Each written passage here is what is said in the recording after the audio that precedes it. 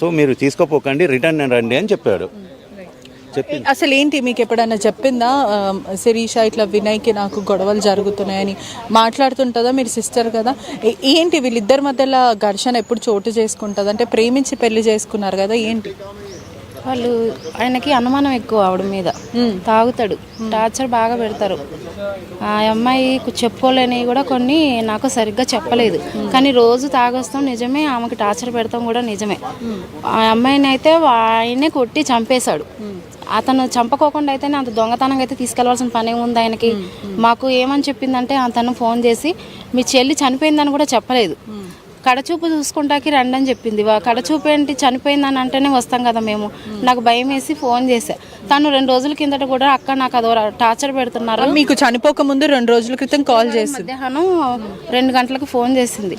చేసి నేనే మామూలుగా మాట్లాడదామని చేస్తే ఫోన్ చేయట్లేదు ఏంటమ్మా అంటే, నాకు టార్చర్ ఎక్కువైపోయింది అక్క, నేను తట్టుకోలేకపోతున్నానంటే 5 నెలల కిందట కూడా అండి ఇలాగే టార్చర్ పెడితే నా దగ్గరకు వచ్చేయమన్నా, రమ్మంటే వస్తానని అంటే నేను వాళ్ళని టికెట్ బుక్ చేయమంటే మా చెల్లి వాళ్ళ ఆయన అన్నాడంట మీ అక్కలిద్దరు వాళ్ళంతా చూస్తానన్నాడు అని ఫోన్ చేస్తే నేను వాళ్ళ అత్తకు ఫోన్ చేసి మా చెల్లిని నేను తీసుకెళ్తానండి, నేను పెంచుకుంటాను, నాకు భర్త లేడు, నాకు బిడ్డ లెక్క చూసుకుంటాను, నాకు ఒక కొడుకున్నాడు, మీ ఇద్దరిని నేను జాదుకుంటానని చెప్పి రమ్మన్నా.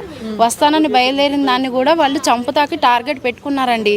అందుకే తనని నా దగ్గరకు కూడా పంపించలేదు.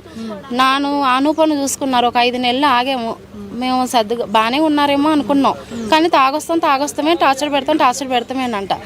సరిగ్గా మాట్లాడతాం కుదరట్లేదు. ఒక అమ్మాయి, ఆ అమ్మాయిని కూడా వాళ్ళ అమ్మ నాన్న దగ్గర శ్రీశైలం దగ్గర ఉంచుతున్నారు.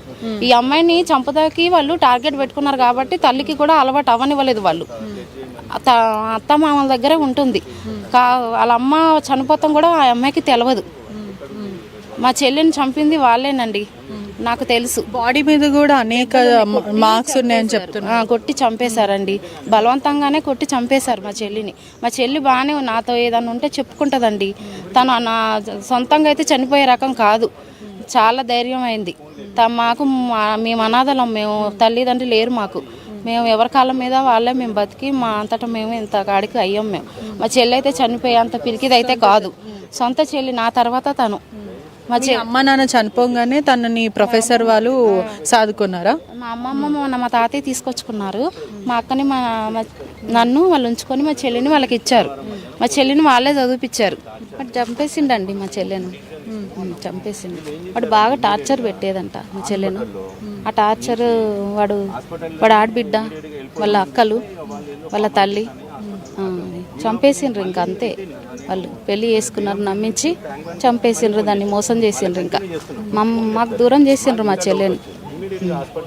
వాళ్ళకు ఒక పాప, ఇప్పటి వరకు లేదు పాప, ఇక్కడికి రాలేదంటే మీరు అర్థం చేసుకోవాలి ఇంకా వాళ్ళు ఎంత ప్లాన్లో ఉన్నారో. మేము వస్తున్నామంటే కూడా ఉంచలేదు, తీసుకెళ్ళిపోయిండ్రు. మా మామయ్య వాళ్ళ ద్వారా ఇప్పుడు మా చెల్లెని చూసుకోగలుగుతున్నాం మేము. ఈ మాత్రం అన్న అంత ఇది చేసిండ్రు వాళ్ళు, మమ్మల్ని ట్యాప్ చేసి. వాళ్ళు ఫస్ట్ నుంచి కూడా మాతో కాంటాక్ట్ లేకుండా ఆమెని దూరంగా ఉంచిండ్రు మాకు. ఏం చెప్పినా ఒకవేళ ఏదన్నా ఇంత చిన్న విషయం జరుగుతుంది, ఇట్లా గొడవలు అవుతున్నాయి అని చెప్తే మస్తు టార్చర్ చేసేదంట వాడు. అట్లా టార్చర్ చేస్తున్నాడు అనేసి మేము చాలా ఇబ్బంది పడేది. చివరికి చంపేసిండు వాడే. కుటుంబ సభ్యులు కూడా ఎంతో ఆవేదన మరియు ఆగ్రహం వ్యక్తం చేస్తున్నారు. మా చెల్లిని శిరీషాని వినయ్ భర్తనే చంపాడు, గతంలో కూడా చాలాసార్లు అనేకసార్లు టార్చర్కి మరియు వేధింపులకి గురి చేశారని కుటుంబ సభ్యులు అయితే ఆరోపిస్తున్న పరిస్థితి అయితే కనిపిస్తుంది. మరోవైపు కూడా అంటే చివరి చూపు చూసుకొని ఇవ్వకుండా బాడీని కూడా శ్రీశైలంకి పంపించే ప్రయత్నం చేశారు. ఎందుకని అంటే కుటుంబ సభ్యులు వస్తున్నారు, ఆ తర్వాత కార్యక్రమం కలిసి చేసుకుందాము, మీరు అక్కడనే ఉండని మేము వస్తాం అన్న తర్వాత కూడా వాళ్ళు మాట వినకుండా వీళ్ళు ఇక్కడి నుంచి హైదరాబాద్ నుంచి శ్రీశైలంకి షిఫ్ట్ చేసే ప్రయత్నం చేశారు. మరోవైపు కూడా హార్ట్ అటాక్తో చనిపోయింది అంటూ వాళ్ళు చెప్తున్నారు, భర్త మరియు వాళ్ళ కుటుంబ సభ్యులు చెప్తున్నారు. కానీ బాడీ మొత్తం కూడా మార్క్స్ అంటే దెబ్బలు తగిలిన మార్క్స్, మొత్తం రెడ్ మార్క్స్ అంటే ఘర్షణ చోటు చేసుకున్న దెబ్బలతో తనుంది. కుటుంబ సభ్యులు కూడా ఎంత ఆవేదన వ్యక్తం చేస్తున్నారు.